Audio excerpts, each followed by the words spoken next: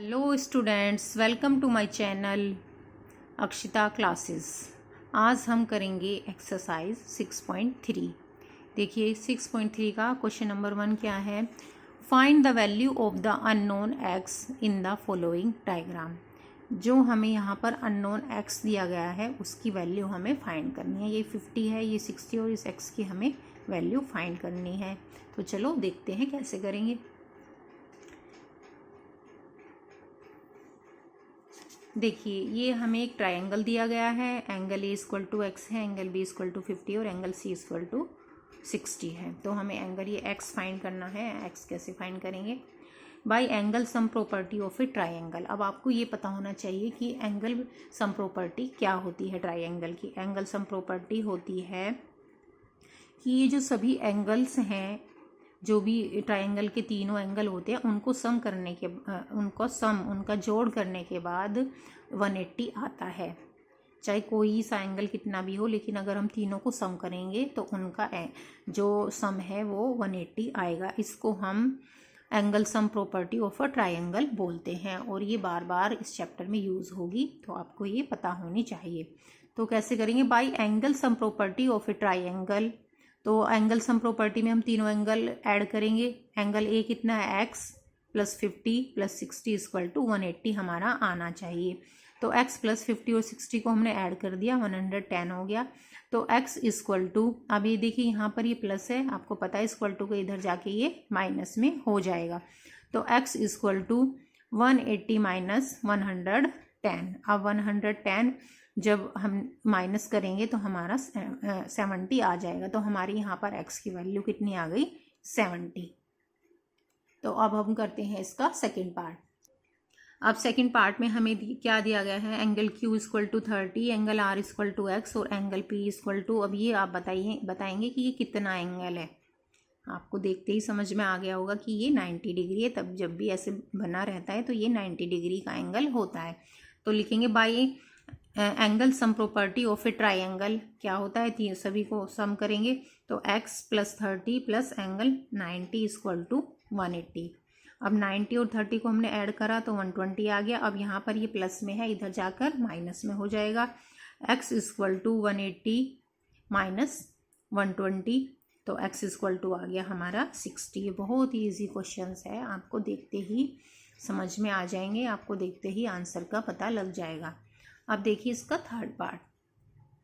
Third part में क्या दिया गया है? एंगल y 110 दिया गया है, x हमें फाइंड करना है और यहाँ पे जो एंगल x है ये हमारा 30 दिया गया है।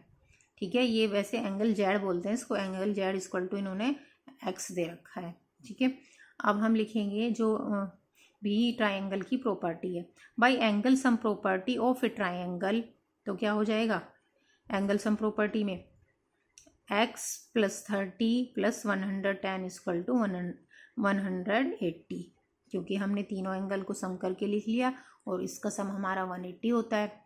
तो क्या करा हमने? 30 और 110 को सबसे पहले सम कर लिया। तो ये हो गया हमारा 140x प्लस 140 इक्वल टू 180। ये इधर जाके माइनस में हो जाएगा। x इक्वल टू 180 माइनस 140, तो x की वैल्यू आ गई हमारी 40। अब मूव करते हैं हम नेक्स्ट पार्ट पर। अब देखिए इसका फोर्थ पार्ट क्या है।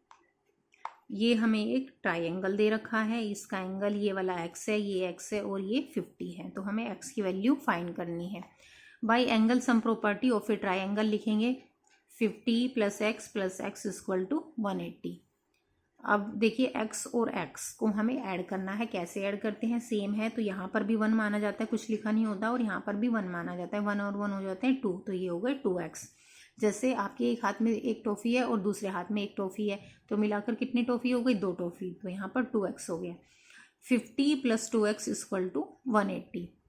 अब ये जो 50 है इधर जाकर ये माइनस में हो जाएगा। 2x equal to 180 minus 50। अब 180 में से जब हम 50 को माइनस करेंगे तो हमारा आ जाएगा 130। तो 2x इक्वल टू आ गया हमारा 130।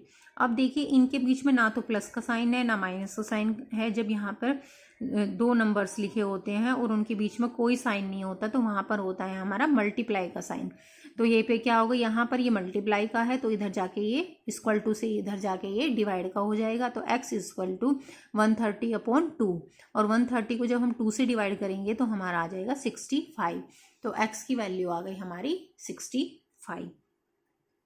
अब देखते हैं हम इसका क्वेश्चन 1 का पार्ट 5।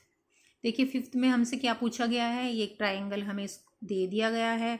यहाँ पे ये एंगल x है, ये भी x है और ये भी x है। पहले वाले क्वेश्चन में 2 एंगल x दे रखे थे, अब की बार इन्होंने तीनों ही x दे दिए हैं। कोई बात नहीं, इसे भी सोल्व करते हैं। तो क्या लिखेंगे, by angle sum property of a triangle. Angle sum property क्या है, हमने तीनों एंगल को लिखा x plus x plus x equal to 180। अब हमने इनको ऐड किया, यहाँ पर भी 1 है, 1 2 3, 3x हो गया, 3x इक्वल टू 180।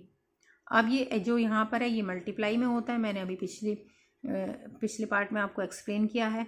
तो x इक्वल टू ये इधर जाके हो जाएगा डिवाइड में, तो 180/3 ये आ गया हमारा 60। तो x की वैल्यू आ गई हमारी 60।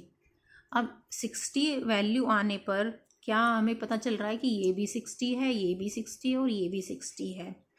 तो जब सारे ही एंगल बराबर हैं तो हमें पता लग रहा है कि ये हमारा इक्विलैटरल ट्रायंगल है। इक्विलैटरल ट्रायंगल क्या होता है, जिसमें तीनों साइड्स ही बराबर होती हैं।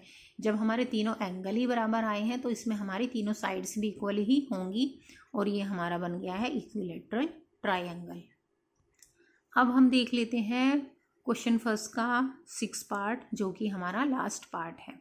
इसमें हमें दे रखा है ये एंगल हमारा 2x है और ये x है और ये तो आपको पता ही है ये 90 डिग्री का है। तो लिखेंगे by angle sum property of a triangle, तीनों एंगल को ऐड करेंगे, x plus 2x plus 90 equal to 180। 2x है, यहाँ पे 2 है, यहाँ पे 1 है, 2 और 1 3, तो यहाँ पर हो गया 3x प्लस 90 इक्वल टू 180।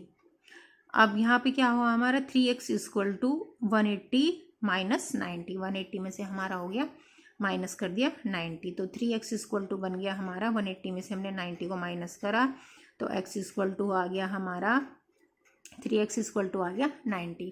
अब आपको पता है कि ये 3x के साथ मल्टीप्लाई में है तो ये इधर जाके डिवाइड में हो जाएगा।